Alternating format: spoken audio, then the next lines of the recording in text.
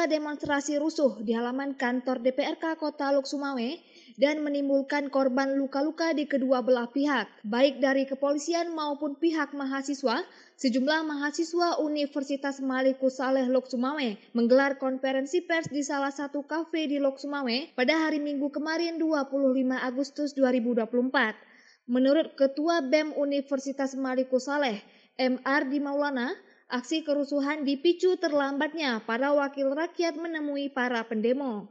Meskipun tidak menampik bahwa kehadiran Wakil Ketua DPRK Kota Lok Sumawe, T. Sofianus, ke tengah masa aksi dan sempat pula disandera sesaat oleh masa aksi. Bahkan akhirnya pihak kepolisian yang menjaga pintu gerbang ditabrak dengan mobil komando para mahasiswa.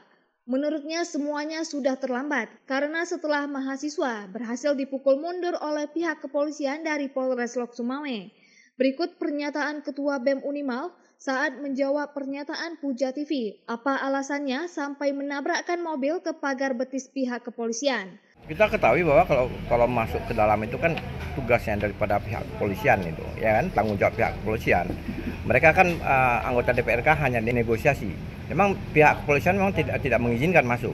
Nah, kemudian terjadi juga sampai menabrakkan mobil kalian ke pagar betis polisi. Ini tujuannya apa sebenarnya? Sebenarnya hal itu bukan berjalan sesuai rencana. Kenapa hal itu terjadi?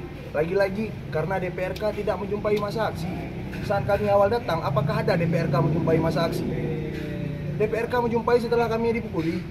Lalu kami kasih mic, beliau mengatakan, terima kasih untuk silaturahmi kita pada sore hari ini katanya. Silaturahmi apa yang kawan kami bocor kepalanya? Silaturahmi macam apa yang kawan kami harus dirujuk ke Banda Aceh? Saya rasa hal tersebut adalah respon yang wajar dari masyarakat terhadap apa-apa yang dilakukan oleh pejabat, apa-apa yang dilakukan oleh lembaga negara pada hari ini. Dari Lok Sumawe, Denny Muhtadi melaporkan untuk Puja TV Aceh.